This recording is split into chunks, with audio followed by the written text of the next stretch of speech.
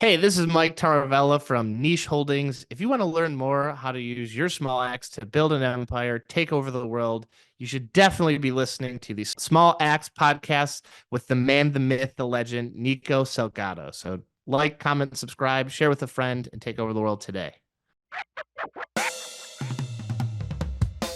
Hey guys, it's your boy Nico here from the Small Axe Podcast. I want to show you how to use your small axe to build a lasting empire. You see, not everybody begins their investing career with millions of dollars, a huge network of investors, or the knowledge necessary to become successful in this space, and that's okay. What I focus on here on this podcast is helping you hone your skills, sharpen your tools to become the best investor that you can be.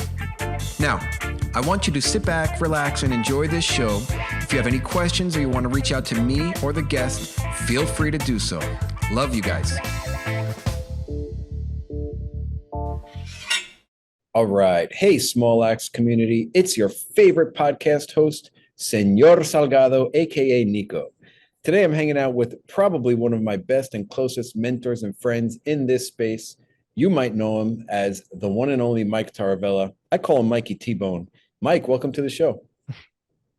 Nico, an honor and privilege as always. And as always, every time we talk, it's always like you got better problems every time, right? Like no deal to too many deals to now you're on the management side. So it's always cool to check in, see your growth, and for someone who actually listens to me sometimes. So it's always fun. Oh, so cool, man. Thanks, Mike.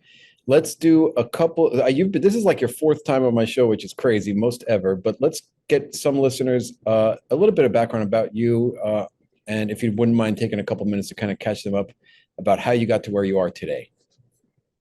Yeah, so we'll call it the see what happened was segment. So uh born and raised in Metro Detroit, rep in the Michigan State, was told get a good job, became a CPA, worked for audit firm, a big four audit firm, and then worked for Dan Gilbert in his family office, working on startups, and just took this very systemic approach. And then just realizing wanted to do real estate because it's a human basic need, and then did two single families.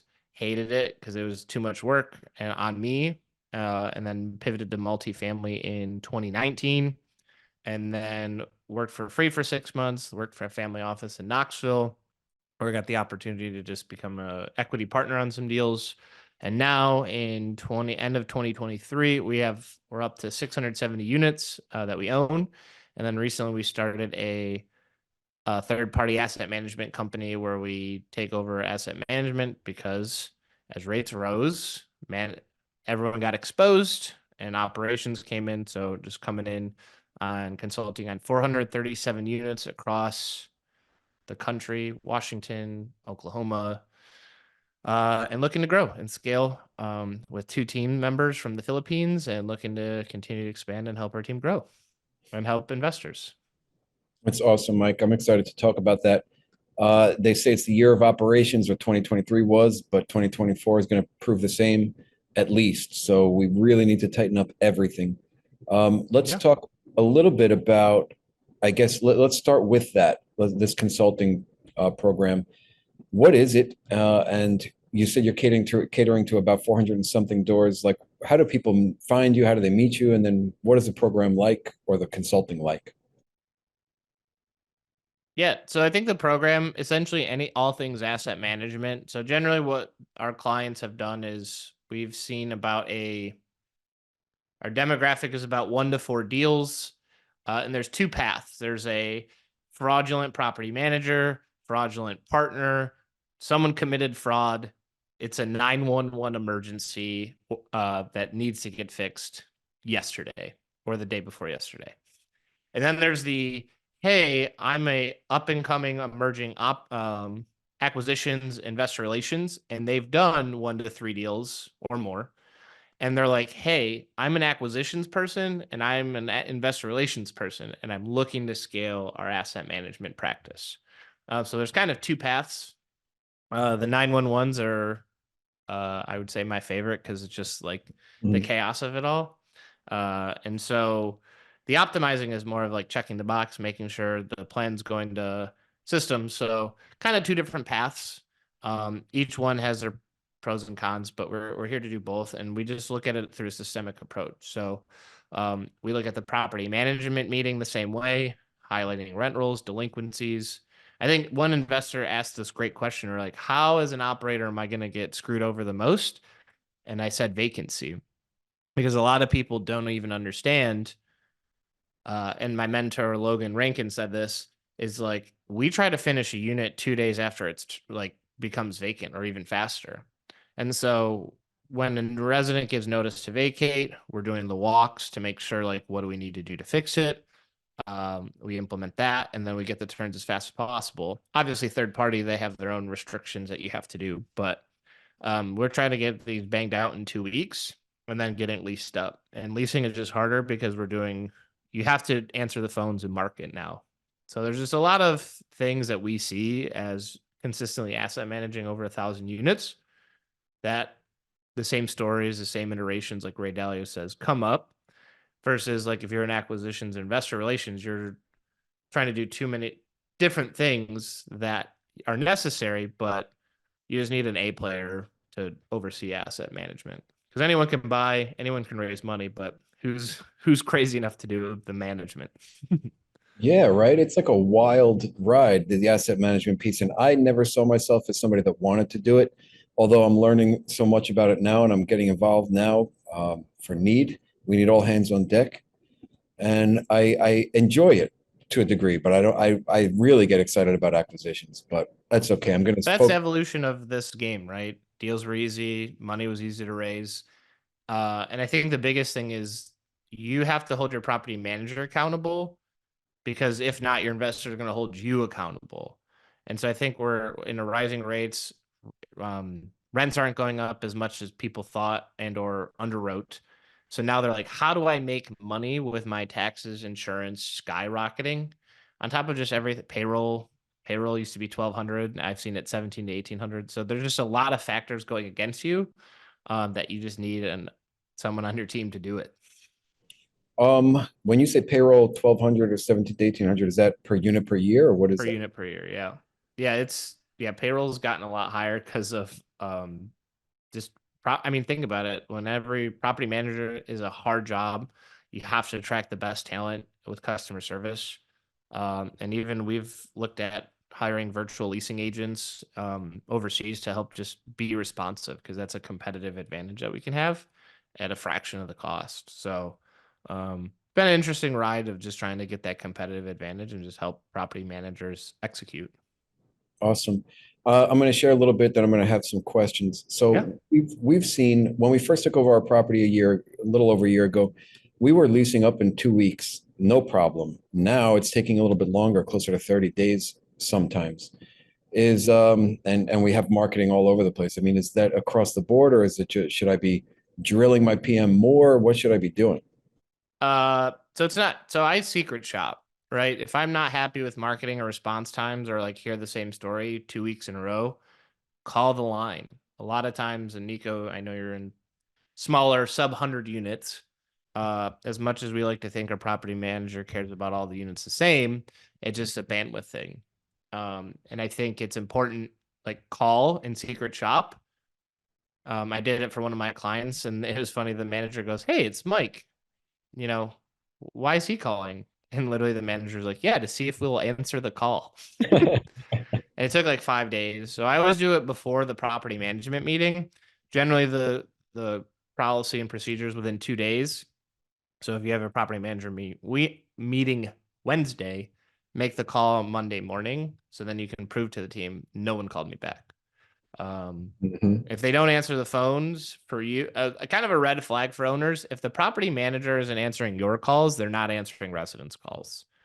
We learned that unfortunately a year ago, where I had to take over a 36 unit in house and like lease units pretty much single handedly with like one other person. But like, we have to get back to the basics. We're no longer in the 20% rent increase, post a for rent sign on the internet and lease it like that. We have to answer phones. We have to have a high level of customer service. So keep drilling.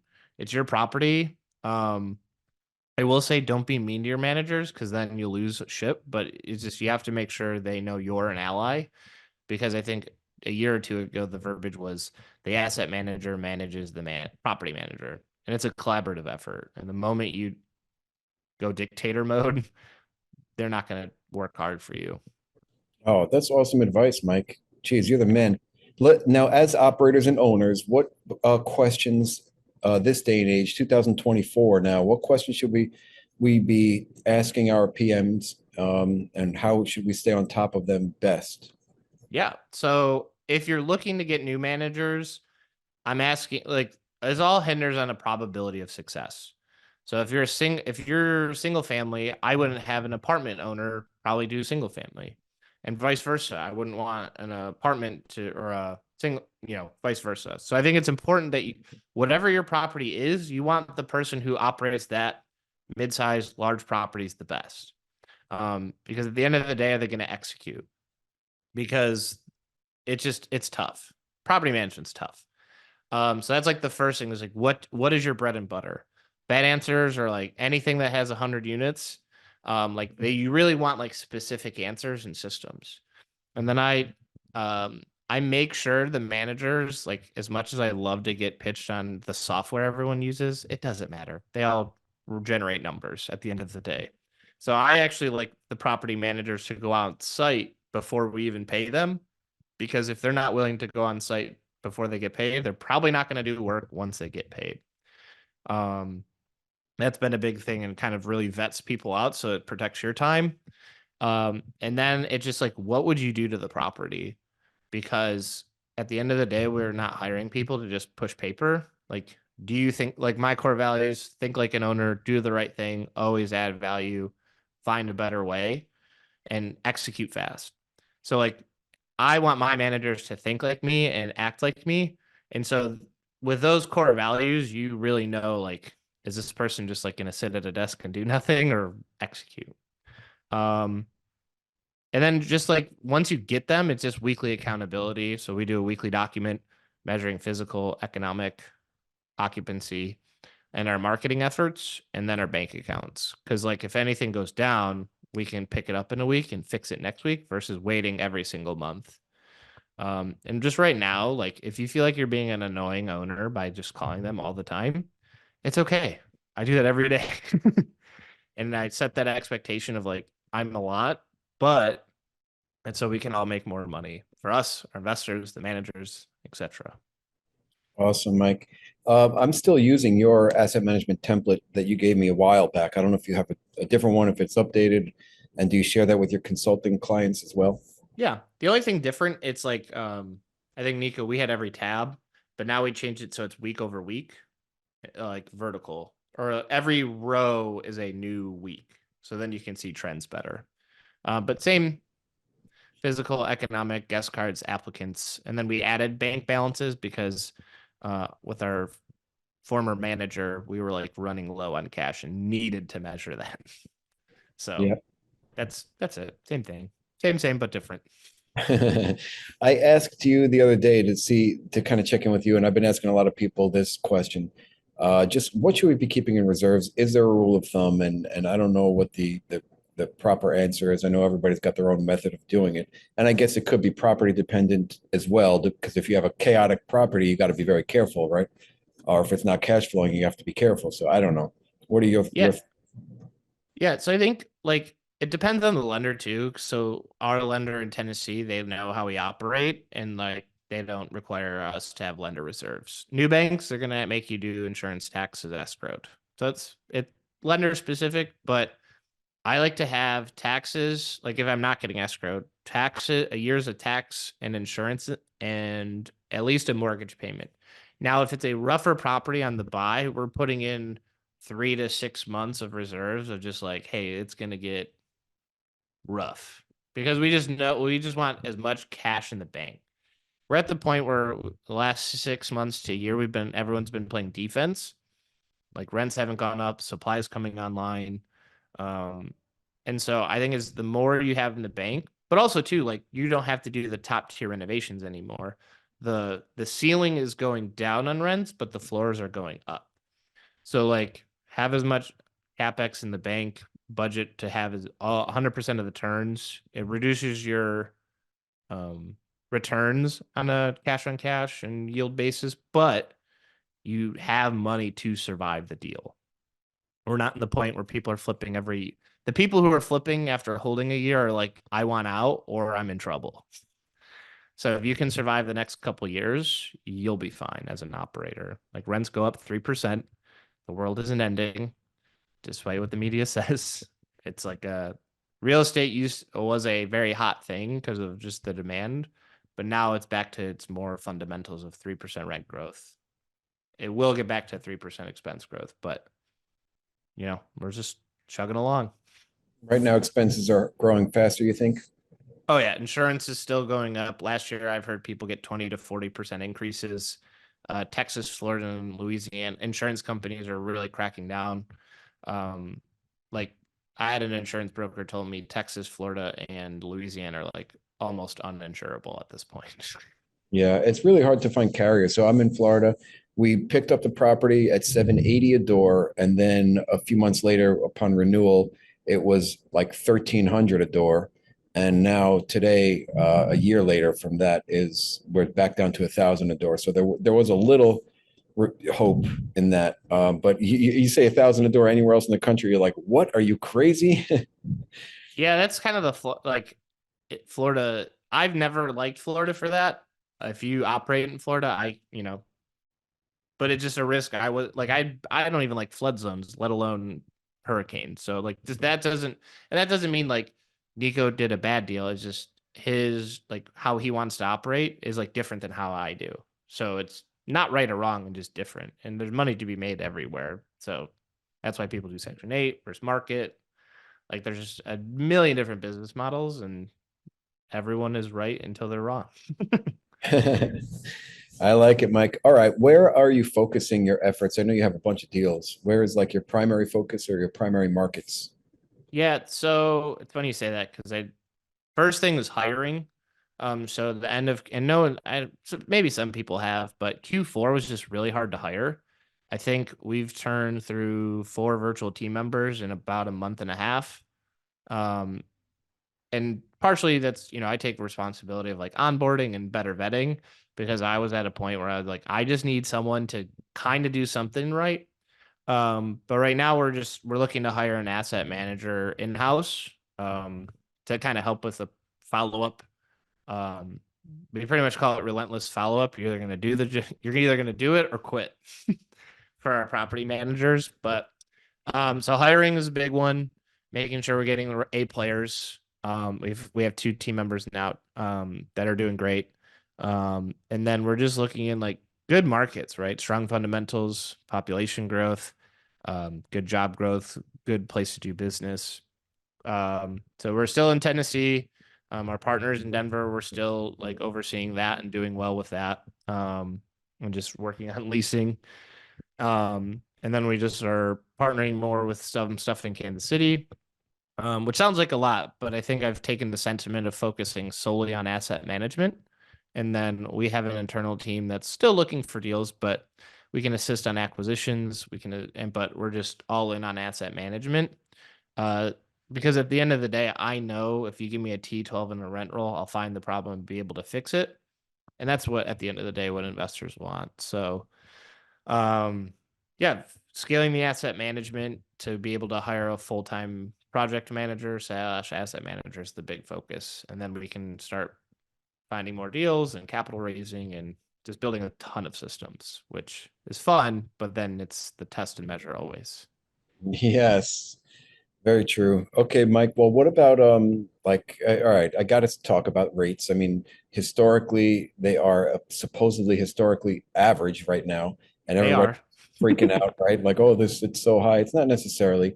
I'm still That's looking. always my favorite. It's so high. And I'm like, yeah, compared to zero. And that's just like, just because you started looking at interest rates in the last 2 years doesn't mean they're all time highs. Like if Right. people are buying houses at 17%. Yep, my dad did it in the 80s. So what like are you still looking at deals, I'm assuming, because just by the way you're talking, so am I. And are you afraid of bridge? Are you afraid? Like how do you look at deals with Yeah. debt? So we're doing super low leverage. I'd say on average 60% loan to value is probably as high as I'll go due to higher rates. We're looking at loan assumptions. Um, but I mean, if it's small enough, we've even looked at cash, and that's just not a function of like, I'm Daddy Warbucks over here just like buying $1 million properties, but it's more of just like what makes sense for investors. And if it's like a sub $1 million deal, I can pay cash and close in 30 days. The broker's gonna like that versus like fighting community banks tooth and nail. But with that cash purchase price, we're like giving it to our VIP list of like, hey, we're thinking this. Do you want to come in? Because the last thing I want to do is piss off the broker. So lower leverage deals. We're looking for singles and doubles. We're not like 3% rent growth, 3% rent growth in strong markets. So I think it's just lower leverage, and that's okay because you don't want to be 90% loan to value when rates, stuff can happen in any market. But I just want to be able to extend and or refi to the next loan, even if it just is an extension of like the initial capital. Because I don't, we haven't had a capital call, but we want to play as much defense on the buy as possible. So we're looking in strong markets with lower leverage so that we can refi out and keep operating. Love it, man. And yeah, capital calls are prevalent now, and some people are hiding them, but I know some people in our network are telling me about these capital calls and or struggle. Me too. Yeah, and or challenges just even contacting the general partners team. So you and I are fully transparent with. I share everything with my investors, and I get a ton of questions and and I get on calls with them and I answer the questions, and I'm glad to do it. I don't hide anything, the good, the bad, the ugly. Yeah. I think that's how we need to be. Oh yeah. And that's everyone's doing good when they're getting paid, but that I just want to do, like I tell my investors, I go, here's everything that went wrong. Because I think people who've been on these investor relations calls are like, we're gonna 2x your money in 5 to 7 years. And it's like, what are the odds everyone is doing that? Right? So it's just like I share like if people wanted, if it's their first deal, I'm like, here's the weekly doc we use. It's like view only. So like you're seeing it, you can call me. Here's my Calendly. But like I take the adage of like if you're investing with me, like you have full access. You know, and I'm not the best texter, but I will call you back. I'll make sure you get heard from and just make sure you're like you understand. Even during pandemic, we called every investor and let them know we delayed distributions. So like, I think they're just not saying there's a ton of bad actors, but like it just um as it gets easier to make money and higher rent increases, some people just take advantage of it and it sucks. But like do background checks, get references. I'm skeptical. Like you don't have to get like too skeptical. Like I don't like to give out my investor list because it's not fair to them. But a background check could go a long way to protecting you and your money, and a Google search. Like one of our CPAs is like got in trouble for stealing from a little league baseball team, and I had to tell our partners, I'm like, hey guys, did you see this article? And so through a basic Google and a quick background check, you can learn a lot very quickly.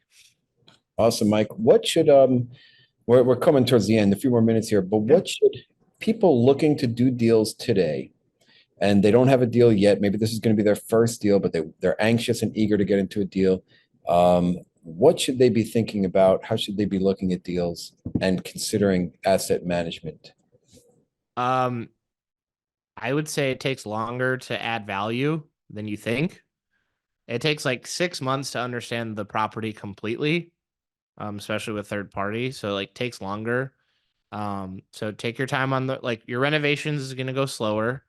And just like take your time. Don't buy old stuff. Do not buy old stuff. There's a reason all the experienced operators are not buying 1960s product. It's either because they have a lot of money and like can invest in it. But like just it takes longer. Be patient. I was talking to an investor now. He's like, I keep losing the cash offers. What do I do? And I go, you go bigger or be more patient. And neither are wrong. But like, don't be greedy on deals in terms of just like how much you're going to get paid. If you always lead with how much am I going to get paid, the deal sucks. Like you're just you're doing it from the wrong lens, and that's just not how I operate or any of the best operators I know. And just like it's okay to partner with people. Like I told you this, Nico. It's like I'd rather own something a little bit of a good deal than like all of a bad deal. Yeah, don't give me all that bad deal, please. Yeah. Yeah. So it's just like take your time. No one's volume was down 80% last year. So like no one's losing like everyone's volume shrunk by 80%. So don't compare yourself and just like keep hitting phones and putting yourself out there and good stuff will happen. Yeah, thanks, Mike. Thanks for the advice, for the insight, and for everything today. I know people are going to want to find out a little bit more about your consulting company, and I want to get them that contact information in a second. I think it's so pertinent. What you're doing is so important, and people absolutely need to hop on with you. You're so easy to work with. You're a really knowledgeable guy in this space. So I am highly recommending you. If anybody is struggling at all, call up Mr. Mikey T. So Mikey T, how can they get in touch with you? Yep. Value Add Mike is on my social media handles. And then you can email me, mike@valueaddmike.com, to just consult, pain points, whatever we can do to add value to you actively or as an LP. Like anyone who's having issues with deal, I know how stressful it can be, but we're here to help navigate the storms, whether you enroll or not, but we're here to help and help you take over the world. Thanks, Mike. You're the man. I appreciate every conversation we have, every interaction, all the advice, and just the friendship as well. Thank you so much for joining me today. Of course. Thank you, Nico, for having me as always. All right. Hey, Small Axe community. I would like to say thank you for listening to another episode of my podcast where we show you how to use your small axe to build a lasting empire. Now, if you liked what you heard, it would mean the world to me if you would subscribe, leave a 5-star rating, and write a review. Also, if you want to get in touch with me, go to my website at smalaxecommunities.com. Book a call with me. And until the next episode, keep sharpening those axes.